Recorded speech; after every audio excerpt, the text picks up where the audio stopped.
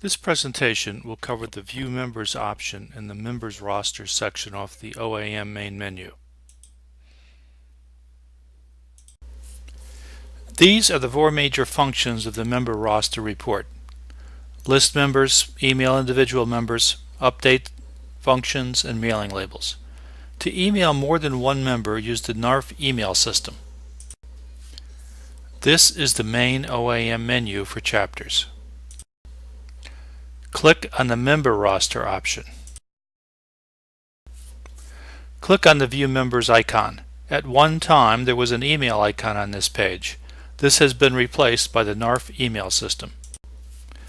There are a lot of options shown. Some options are similar to those on the activity reports.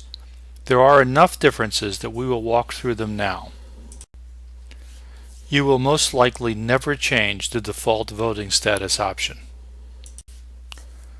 The report can be sorted by different criteria. The default option, by last name, is probably the one commonly used.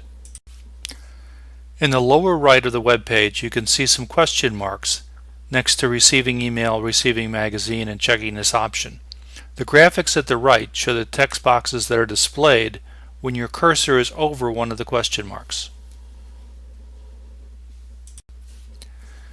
The Optimize Mailing Address is a new feature. You could have the system check the mailing addresses on the member roster to see if they match the USPS and UPS addressing regulations. Because headquarters will be checking another database for each member, this will take longer. This is a complete view of the report. Needless to say, it cannot be read. It is so small. We will need to break things down into smaller sections to actually be able to look at the report. Please note that in a member roster report, the columns are described at the end of the data. On the extreme left of each member line, key officers will see some links. All officers can view member history of changes to a member record while in this chapter. Key officers can click Update to modify member data or F9 to report a member death.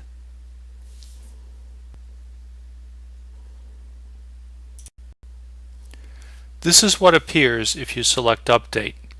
It will show what member data is on NARF's database and allow you to modify the data. Please remember that once you submit the new information, it will be reviewed by headquarters before being applied to the database. When a member dies, key officers can report the death to headquarters using the F9 option. F9 was the number of the paper form previously used to report a death. You may never need to view the history of changes to a member record, but the View option will allow you to do so. You will only see history transactions for the period of time that a member belongs to your chapter. The middle section of the member roster report is fairly straightforward. The CAP period column is the chapter number. The ID is the member identification number. The rest of the columns are exactly what they say. The next section begins with the email address. Remember that you can click on a member's email to send them an email message.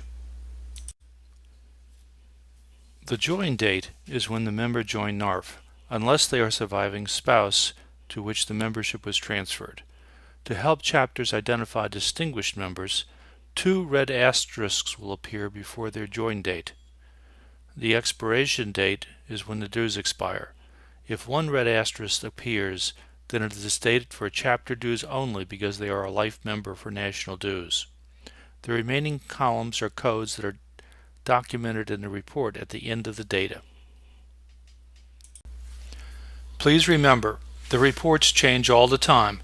If you see an error or out-of-date information in this presentation, please use the NARF website to contact your CAB representative. There is a link to a document on the OAM documentation page that explains how to contact a CAB member.